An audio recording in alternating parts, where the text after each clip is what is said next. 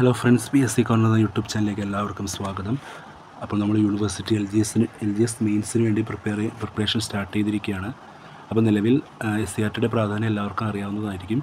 അപ്പോൾ LGS ലെവലായതുകൊണ്ട് തന്നെ SCRT നല്ലോണം കവർ ചെയ്താൽ മാത്രമേ നിങ്ങൾക്ക് വിജയം എന്തായാലും കൈവരിക്കാൻ സാധിക്കുകയുള്ളൂ.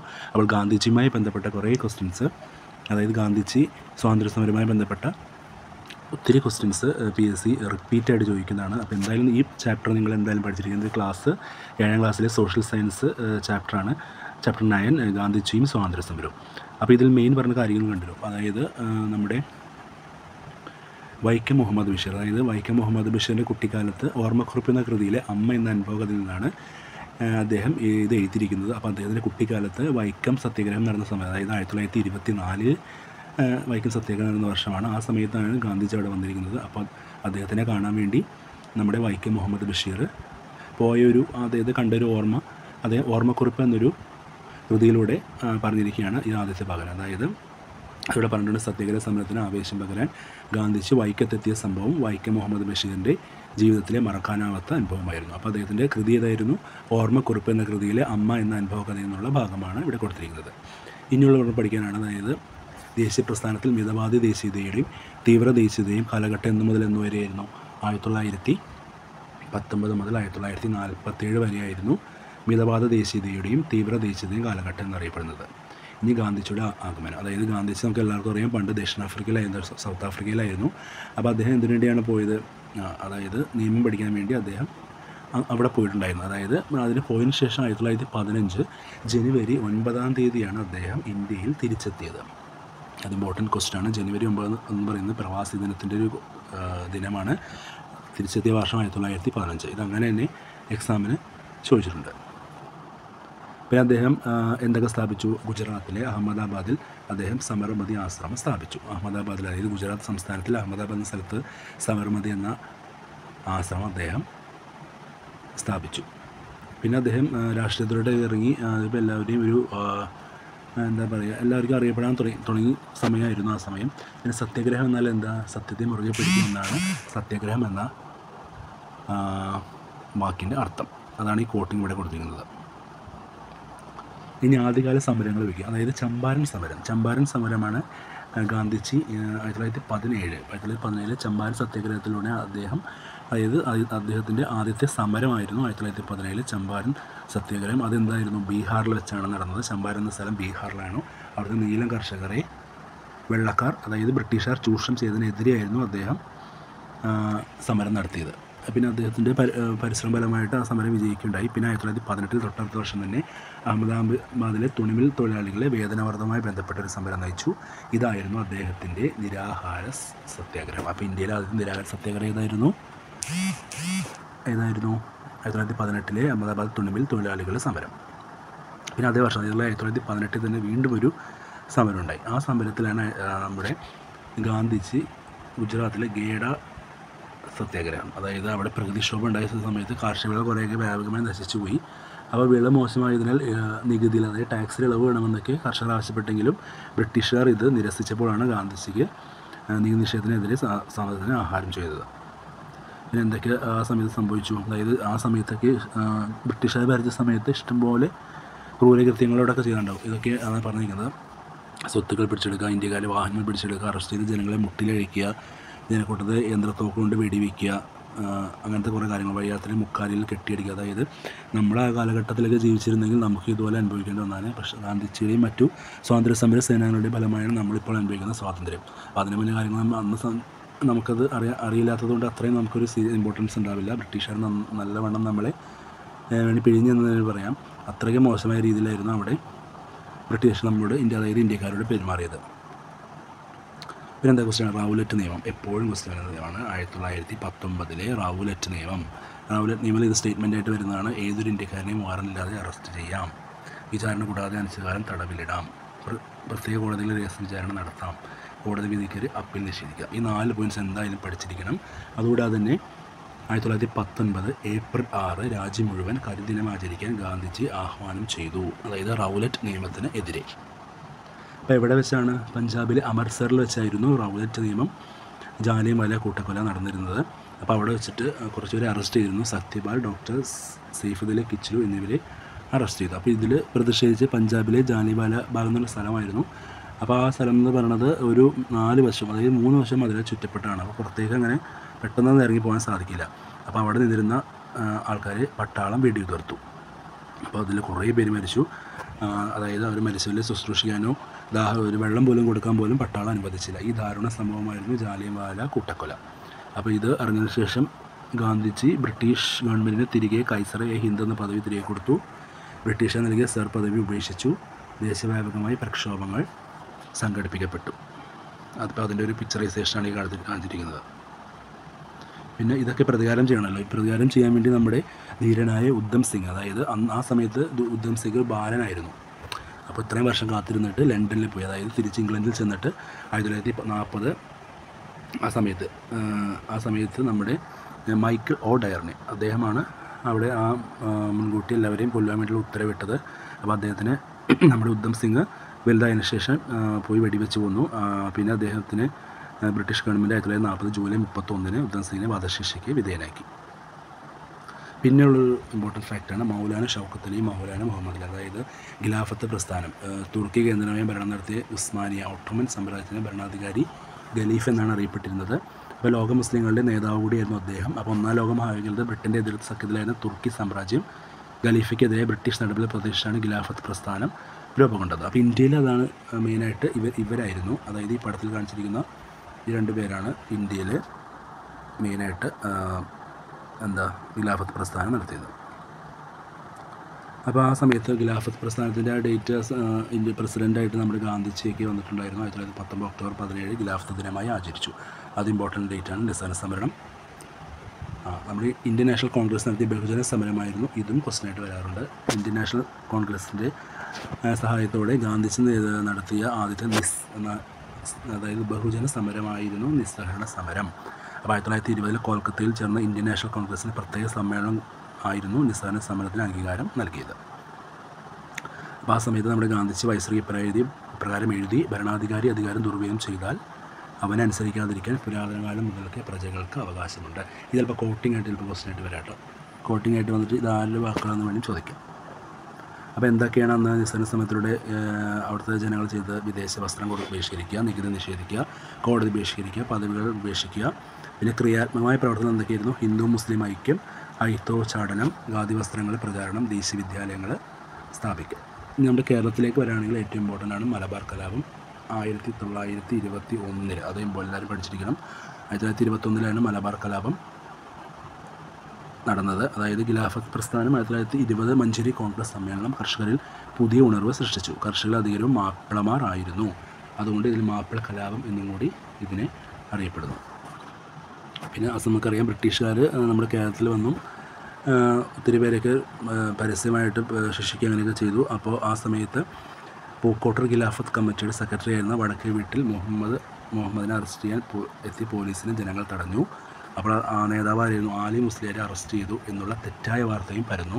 ഇതോടെ അവിടുത്തെ ജനങ്ങൾ, അതായത് ഏറനാട്, വള്ളുവനാട്, പൊന്നാനി താലൂക്കിൽ കലാപം തുടങ്ങി. ബ്രിട്ടീഷുകാർ സഹായങ്ങളെ പ്രവർത്തിച്ച ജനങ്ങൾക്കെതിരെയും കലാപകാരുടെ രോഷം ആളിക്കത്തി. അപ്പോൾ ഇദ്ദേഹത്തിന് അതായത് ഈ കലാപത്തിന് നേതൃത്വം വഹിച്ചത് ആലി മുസ്ലിയാരും വാരിയും കുന്നത്ത് കുഞ്ഞഹമ്മദ് ഹാജി എന്നിവരെ ബ്രിട്ടീഷുകാർ വധിച്ചു. ഇതാണ് ഇപ്പോൾ കേരളത്തിൽ നടന്ന ഏറ്റവും ദാരുണമായ സംഭവം, വാഗൺ കൂട്ടക്കൊല. ഇതിൻ്റെ ഡേറ്റ് എല്ലാവരും പഠിച്ചിരിക്കണം. 1921 നവംബർ 10 ഈ ദാരുണ സംഭവം അറിഞ്ഞത്. എന്തായാലും ഡേറ്റ് എന്തായാലും അറിഞ്ഞിരിക്കണം. ഇതെല്ലാവർക്കും അറിയാം. ഈ കലാപത്തിൽപ്പെട്ടവർ ഒരു ഗുഡ്സ് വണ്ടിയിൽ ട്രെയിൻ കയറ്റി, അതായത് കോയമ്പത്തൂരിനടുത്തുള്ള പോത്തന്നൂർ എന്ന സ്ഥലത്ത് വെച്ചിട്ട് അവിടെ പോയി വന്ന്, അതായത് വായു, ഓക്സിജൻ പോലും അതിൻ്റെ ഉള്ളിലുണ്ടായില്ല. അപ്പോൾ എല്ലാവരും ആ മരണവെപ്രാളത്തിൽ അങ്ങോട്ടും ഇങ്ങോട്ടൊക്കെ മാന്തി പറിക്കുകയും അങ്ങനെ കുറേ പേരൊക്കെ മരിക്കുകയും ചെയ്തിട്ടും. അതാണ് ഈ വാഗൺ കൂട്ടക്കൊല. അല്ല ഏകദേശം ഇതിൽ പറയുന്നതനുസരിച്ച് 72 പേർക്ക്, അതായത് 72 പേർക്ക് ഏകദേശം മരണം സംഭവിച്ചെന്നാണ് ഇപ്പോൾ ഇതിൽ SRT ഇതിൽ പഠിച്ചത്. അപ്പോൾ SRT കാര്യങ്ങളിൽ പഠിച്ചൊക്കെ കുറച്ചും നല്ലത്. പിന്നെയുള്ള കാര്യം ചൗരി ചൗര സംഭവം ഇതും എക്സാമിന് 1922 ഡേറ്റ്. അതെല്ലാവരും ഓർത്തിരിക്കണം. അതായത് ചൗരി ചൗര എന്ന് പറഞ്ഞ സ്ഥലം ഇവിടെ UP-യിലുള്ള സ്ഥലമാണ്. 22 പോലീസുകാർ, അതായത് അവിടുത്തെ ജനങ്ങൾ ഗ്രാമത്തിലെ ബ്രിട്ടീഷ് ഭരണാധികാരികൾ ദുഷ്ചെയ്തികൾക്കെതിരെ 1922 കർഷകർ സംഘടിപ്പിച്ചു. അപ്പോൾ ഈ 3000-ലധികം വരുന്ന നിരായുധരായ കർഷകരുടെ ജാഥയ്ക്ക് നേരെ പോലീസ് വെടിവെച്ചപ്പോൾ അവർക്ക് ദേഷ്യം വന്നു. അവരാണ് 22 പോലീസുകാർ അവിടെ വെച്ച് കൊല്ലപ്പെട്ടത്. പിന്നുള്ള വൈക്കം സത്യാഗ്രഹം. ഇത് എക്സാം ചോദിക്കുന്നത് സവർണ്ണ ജാഥ നയിച്ചവരാണ് നമ്മുടെ 1924 നവംബർ 1-ാം തീയതി തിരുവനന്തപുരത്ത് നിന്നും തിരുവനന്തപുരത്തേക്കാണ്, അതായത് വൈക്കത്തിൽ നിന്ന് തിരുവനന്തപുരത്തേക്ക്, അതായത് നടത്തിയത് നമ്മുടെ മന്നത്ത് പത്മനാഭൻ. വൈക്കം സത്യാഗ്രഹം നടന്ന വർഷം 1924, അതും എല്ലാവർക്കും അറിയാവുന്നതാണ്. ഇതിനെ സവർണ്ണ ജാഥ എന്നാണ് അറിയപ്പെടുന്നത്. ഇനി കുറച്ച് നമ്മുടെ സ്റ്റാറുകളാണ്, അതായത് ഇന്ത്യൻ സ്വാതന്ത്ര്യ സമര സേനയിലെ കുറച്ച് സ്റ്റാർ, അതായത് ചന്ദ്രശേഖർ ആസാദ്, ഭഗത് സിംഗ്, രാജ്ഗുരു, സുഖ്ദേവ്. ഇവർ ആയിരുന്നു തൂക്കുകയറിനെ ഭയക്കാത്തവർ. അതായത് ഗാന്ധി സമരമുറകൾക്ക് സമാന്തരമായിട്ട് നിരവധി സായുധ സമരങ്ങളും ഈ കാലഘട്ടത്തിൽ നടന്നു. ഇത്തരം സമരങ്ങൾക്ക് നേതൃത്വം നൽകി ജീവൻ ബലിയർപ്പിച്ചവരാണ് ഈ 4 പേരും. അവർ സംഘടിച്ച ഒരു അസോസിയേഷനാണ് ഹിന്ദുസ്ഥാൻ റിപ്പബ്ലിക്കൻ അസോസിയേഷൻ. അതായത് യുവജനങ്ങളെ, ആ സമയത്തുള്ള യൂത്ത് ആൾക്കാരെ സജ്ജരാക്കുക എന്നായിരുന്നു ഈ സംഘടനയുടെ ലക്ഷ്യം. പിന്നെ എന്താണ് ഉപ്പ് സത്യാഗ്രഹം? അതായത് ഉപ്പ് സത്യാഗ്രഹം തീരുമാനിച്ചത് ഏത് സമ്മേളനത്തിനാണ് ചോദിച്ചിട്ടുണ്ട്? 1929 ലാഹോറിലെ നടന്ന ഇന്ത്യൻ നാഷണൽ കോൺഗ്രസിലെ സമ്മേളനം ഗാന്ധിജിയുടെ നേതൃത്വത്തിൽ നിയമലംഘന പ്രസ്ഥാനം, അതായത് ഉപ്പ് സത്യാഗ്രഹം നടത്താൻ വേണ്ടി തീരുമാനിച്ചു. അതായത് ഉപ്പിന് ബ്രിട്ടീഷുകാർ ഇറക്കിയ നികുതിയെ കാരണമാണ് ആ ഉപ്പിലൂടെ തന്നെ അത് പ്രതികാരം വീട്ടിയത്. അതിനുള്ള കാര്യം ദണ്ഡിയാത്രയാണ്. പിന്നെ അത് പ്രത്യേക കോട്ടിംഗ് ഉണ്ട്. ഒന്നുകിൽ ലക്ഷ്യം നേടി ഞാൻ തിരിച്ചു വരും, പരാജയപ്പെട്ട ലാൻഡ് ജഡം സമുദ്രത്തിൽ സംഭാവന നൽകും. അതും ഇമ്പോർട്ടൻ്റ് ആണ്.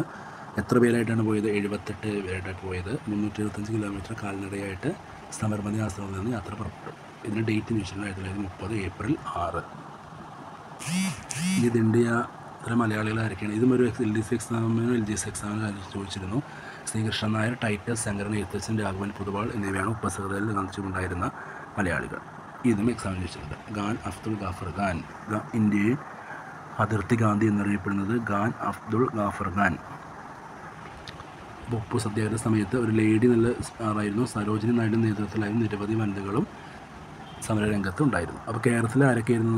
കേരളത്തിലെ പ്രമുഖ നേതാക്കളായിരുന്നു K. മാധവൻ നായർ, മൊയ്തു മൗലി. കണ്ണൂർ ജില്ലയിലെ പയ്യന്നൂരും കോഴിക്കോടും, ഇത് രണ്ട് ഇമ്പോർട്ടൻ്റ് ആണ്. പയ്യന്നൂർ കോഴിക്കോട് നമ്മുടെ മുഹമ്മദ് അബ്ദുറഹ്മാനും പി കൃഷ്ണപിള്ളയും. പയ്യന്നൂർ K. കേളപ്പൻ. പിന്നെയുള്ളത് നാഗന്മാരെ റാണി, അതായത് നോർത്ത് ഈസ്റ്റ് ആ സ്ഥലത്ത് റാണി ഗൈഡിലി എന്ന ഒരു 13 വയസ്സ് പ്രായമുള്ള ഒരു യുവതിയായിരുന്നു. വടക്ക് കിഴക്കൻ ഭാഗത്ത്, അതായത് മണിപ്പൂർ, നാഗാലാൻഡ് ഭാഗത്ത് നിയമലംഘന സമരത്തിൻ്റെ ഭാഗമായിട്ട് തീർന്നത്. അപ്പോൾ നാഗന്മാരുടെ റാണി എന്ന് ഗാന്ധിജി അദ്ദേഹത്തെ, ആ കുട്ടിയെ വിശേഷിപ്പിച്ചു. പിന്നെ എന്തൊക്കെയാണ് പഠിക്കേണ്ടത്? പിന്നെ ഗുരുവായൂർ സത്യാഗ്രഹം 1931, ആ ഡേറ്റ് ഇമ്പോർട്ടൻ്റ് ആണ്. ആരുടെ നേതൃത്വത്തിലായിരുന്നു? അതും ഈ പ്രശ്നം തന്നെയായിരുന്നു. വൈക്കം സത്യാഗ്രഹം നടന്നത് അതേ പ്രശ്നം തന്നെയായിരുന്നു ഗുരുവായൂർ സത്യാഗ്രഹത്തിലും. എല്ലാ ഹിന്ദുക്കൾക്കും തുറന്നു കിടക്കണമെന്നായിരുന്നു അതിൻ്റെ മെയിൻ ആവശ്യം. അപ്പോൾ K. കേളപ്പൻ നിരാഹാര സത്യാഗ്രഹം തുടങ്ങി. പി കൃഷ്ണപിള്ള, AKG എന്നിവർ നേതൃത്വം നൽകി ഗാന്ധിജിയുടെ പിന്തുണയോടെ ആരംഭിച്ച് പ്രവേശനം അനുവദിക്കാൻ കാരണമായി. പിന്നെ അംബേദ്കറും പൂന സന്ധിയും. അത് ഈ ക്വസ്റ്റ്യൻ ചോദിച്ചിട്ടുണ്ട്. 1930, 31, 32 വട്ടമേശ സമ്മേളനങ്ങൾ നടന്നത്. അതായത് ഇന്ത്യയിലെ അധസ്ഥിത ജനവിഭാഗങ്ങളെ രാഷ്ട്രീയമായി സംഘടിപ്പിക്കാനുള്ള പ്രവർത്തനങ്ങൾക്ക് നേതൃത്വം നൽകിയത് പ്രമുഖരായിരുന്ന അംബേദ്കർ, ഗാന്ധിജി അങ്ങനെയുള്ള ആൾക്കാരായിരുന്നു. അധസ്ഥിത ജനവിഭാഗങ്ങളിലെ പ്രത്യേക നിയോജക മണ്ഡലങ്ങൾ ബ്രിട്ടീഷ് ഗവൺമെൻറ് സംവരണം ചെയ്തു. അപ്പോൾ അധസ്ഥിതർ അങ്ങനെ പൊതുസമ്മതിനെ മുഖ്യധാരയിൽ നിന്ന് മാറ്റി നിർത്തപ്പെടാൻ ഇത് കാരണമാകുമെന്ന് ഗാന്ധിജി അഭിപ്രായപ്പെട്ടു. അതുകൊണ്ടാണ് ഇങ്ങനൊരു പൂനാസന്ധി എന്ന് പറയുന്നത് 1932 ഇത് ഒഴിവാക്കാൻ വേണ്ടി അദ്ദേഹം പൂനാസന്ധി എന്ന ഇത് ഗാന്ധിജിയും അംബേദ്കറും കൂടി നടത്തി. ഈ ക്വിറ്റ് ഇന്ത്യ സമരം 1942 ഓഗസ്റ്റ് 8 ബോംബെയിൽ നടന്ന കോൺഗ്രസ് സമ്മേളനത്തിലാണ് ക്വിറ്റ് ഇന്ത്യ സമരം പ്രഖ്യാപിച്ചത്. അപ്പോൾ ക്വിറ്റ് ഇന്ത്യ ദിനം എന്ന് ചോദിക്കുകയാണെങ്കിൽ ഓഗസ്റ്റ് 9-ാം തീയതി, ഓഗസ്റ്റ് 9, 1942. ക്വിറ്റ് ഇന്ത്യ ദിനം എപ്പോഴും ചോദിക്കാറുള്ള ഓഗസ്റ്റ് 9. പിന്നെ കസ്തൂർബ ഗാന്ധിയാണ് ഗാന്ധിജിയുടെ ഭാര്യയായിരുന്നു. പിന്നുള്ളത് പ്രവർത്തിക്കുക അല്ലെങ്കിൽ മരിക്കുക, ഇതും എക്സാമിന് ചോദിക്കുന്നതാണ്. പിന്നെ 1944, അതായത് ഇവരെയൊക്കെ അറസ്റ്റ് ചെയ്തതിനു ശേഷം ഗാന്ധിജിയും കസ്തൂർബ ഗാന്ധിയും പാർപ്പിച്ചിരുന്നത് ആഘാഖാൻ കൊട്ടാരത്തിലായിരുന്നു. അപ്പോൾ അവിടെ വെച്ചിട്ടായിരുന്നു നമ്മുടെ പ്രിയപ്പെട്ട പത്നി കസ്തൂർബ ഗാന്ധി അന്തരിച്ചത്. 1944 ഫെബ്രുവരി 22 അദ്ദേഹം അന്തരിച്ചു. പിന്നെ ക്വിറ്റ് ഇന്ത്യ സമര നായിക അരുണ ആസിഫ് അലി, എപ്പോഴും ചോദിക്കുന്നതാണ് ക്വിറ്റ് ഇന്ത്യ സമര നായിക. ക്വിറ്റ് ഇന്ത്യ സമര നായിക ചോദിക്കുകയാണ് ജയപ്രകാശ് നാരായണൻ. അപ്പോൾ ഇത്രയുമാണ്. പിന്നെ അറിയാം ഓഗസ്റ്റ് 42 ക്വിറ്റ് ഇന്ത്യ സമരം കേരളത്തിൽ ആരംഭിച്ചത്. കേരളത്തിലെ പ്രമുഖ വ്യക്തികളെ പറ്റി പഠിക്കുന്നത് നല്ലതായിരിക്കും. MP Narayana Menon, K. Kelappan, E. Moidu മൗലവി, കുട്ടിമാളു അമ്മ, ഇതൊക്കെയായിരുന്നു കേരളത്തിലെ ക്വിറ്റ് ഇന്ത്യ സമരവുമായി ബന്ധപ്പെട്ട വ്യക്തിത്വങ്ങൾ ഉണ്ടോ. ദണ്ഡി യാത്ര ഇത് അങ്ങോട്ട് പൂരിപ്പിക്കാനാണ്. ഇത് നമുക്ക് നോക്കാം. ചൗരിചൗര സംഭവം 1922, നിസ്സഹകരണ പ്രസ്ഥാനം. ദണ്ഡിയാത്ര എന്നാണ് 1930, മലബാർ കലാപം 1921, വൈക്കം സത്യാഗ്രഹം 1924, ക്വിറ്റ് ഇന്ത്യ സമരം 1942, നിസ്സഹകരണ സമരം പ്രസ്ഥാനം എന്നായിരുന്നു നിസ്സഹകരണ സമരം 1920. ഈ Subhash Chandrabose INA, Indian national ആർമിയുടെ സ്ഥാപകൻ ആരാണ്? ഇന്ത്യൻ നാഷണൽ സ്ഥാപകനായിരുന്നു നമ്മുടെ റാഷ് ബിഹാരി ബോസ്. അതിന് ശേഷമായിരുന്നു സുഭാഷ് ചന്ദ്രബോസ് ഇത് ഏറ്റെടുത്തത്. അപ്പോൾ നിങ്ങൾ എനിക്ക് രക്തം തരൂ, ഞാൻ നിങ്ങൾക്ക് സ്വാതന്ത്ര്യം തരാം, അതും എക്സാമിന് ചോദിക്കുന്നതാണ്. നമ്മുടെ സുഭാഷ് ചന്ദ്രബോസിൻ്റെ പ്രശസ്തമായ വാക്കുകളാണ്. പിന്നുള്ളതാണ് ജയ് ഹിന്ദ്. ജയ് ഹിന്ദ് എന്ന മുദ്രാവാക്യം സുഭാഷ് ചന്ദ്രൻ്റെ സംഭാവനയാണ്. പിന്നെ INA മലയാളികൾ. നമ്മുടെ ക്യാപ്റ്റൻ ലക്ഷ്മിനെ കണ്ടോ. INAയുടെ വനിതാ വിഭാഗം നേതാവായിരുന്നു മലയാളി കൂടിയായ ക്യാപ്റ്റൻ ലക്ഷ്മി. പിന്നെ ആ സമയത്ത് തന്നെ ഒരു മലയാളി യുവാവും കൂടി ഉണ്ടായിരുന്നു. അത് വക്കം അബ്ദുൽ ഖാദർ. വക്കം അബ്ദുൽ ഖാദർ മൗലവി അല്ല, രണ്ടും രണ്ടാൾക്കാരാണ്. അദ്ദേഹത്തിൻ്റെ 26ാമത്തെ വയസ്സിലായിരുന്നു അദ്ദേഹം ബ്രിട്ടീഷുകാർ തൂക്കിക്കൊന്നത്. അപ്പോൾ അദ്ദേഹം വീട്ടിലേക്ക് എഴുതിയ ആ ലെറ്ററിൻ്റെ ഒരു ഫോമാണ് ഇവിടെ കൊടുത്തിരിക്കുന്നത്. അപ്പോൾ ഇത്രയുമാണ് ഗാന്ധിജി ഇന്ത്യൻ സ്വാതന്ത്ര്യ സമരവുമായി ബന്ധപ്പെട്ട കാര്യങ്ങൾ. ഇതൊക്കെ നമ്മൾ പൂരിപ്പിക്കുകയാണെങ്കിൽ കറക്റ്റ് ആൻസർ കിട്ടും. ഇത് 1918, തുണിമിൽ സമരം 1918 തന്നെ, റൗലറ്റ് 1919, നിസ്സഹകരണ സമരം 1920, ഉപസദനം 1930, ക്വിറ്റ് ഇന്ത്യ സമരം 1942. ഇതൊക്കെ വളരെ ഇമ്പോർട്ടൻ്റ് ആണ്. അപ്പോൾ നിങ്ങൾ ഈ ചാപ്റ്റർ എന്തായാലും പഠിച്ചിരിക്കണം. പിന്നുള്ളൊരു ഇതാണ് മുഹമ്മദ് അലി ജിന്നയും പാകിസ്ഥാനും. അതായത് ഇന്ത്യയും പാകിസ്ഥാനും തമ്മിൽ വേർതിരിക്കാൻ വേണ്ടി അന്ന് മുഹമ്മദ് അലി ജിന്നയുമാണ് പ്രധാനപ്പെട്ട ബ്രിട്ടീഷ് ഗവൺമെൻറ് പിന്തുണ കൊടുത്തത്. മുസ്ലിം ലീഗിൻ്റെ ആ സമയത്തായിരുന്നു. അതും 1940 ലാഹോറിൽ വെച്ച് നടന്ന സമ്മേളനം, സർവ്വ ഇന്ത്യ മുസ്ലിം ലീഗിൻ്റെ. ആ സമയത്തായിരുന്നു പാകിസ്ഥാൻ എന്ന വാദമൊക്കെ ഉന്നയിച്ചത്. അതിനുശേഷമാണ് പാകിസ്ഥാൻ അതിലേക്ക് പോയത്. പിന്നെ നമ്മുടെ സ്വാതന്ത്ര്യം കിട്ടിയ ഡേറ്റ് 1947 ഓഗസ്റ്റ് 14 അർദ്ധരാത്രിയിൽ, അതായത് 47 ഓഗസ്റ്റ് 15 നമുക്ക് ഇന്ത്യക്ക് സ്വാതന്ത്ര്യം കിട്ടി. ഇത്രയുമാണ് ഈ ചാപ്റ്ററിലുള്ളത്. അപ്പോൾ എല്ലാവരും നന്നായിട്ട് പഠിക്കുക. ഈ ചാപ്റ്റർ എന്തായാലും എല്ലാവരും പോയിൻറ്റ്സ് പഠിക്കുകയാണെങ്കിൽ കുറച്ചുകൂടി എളുപ്പമുണ്ടാകും. Okay, thank you.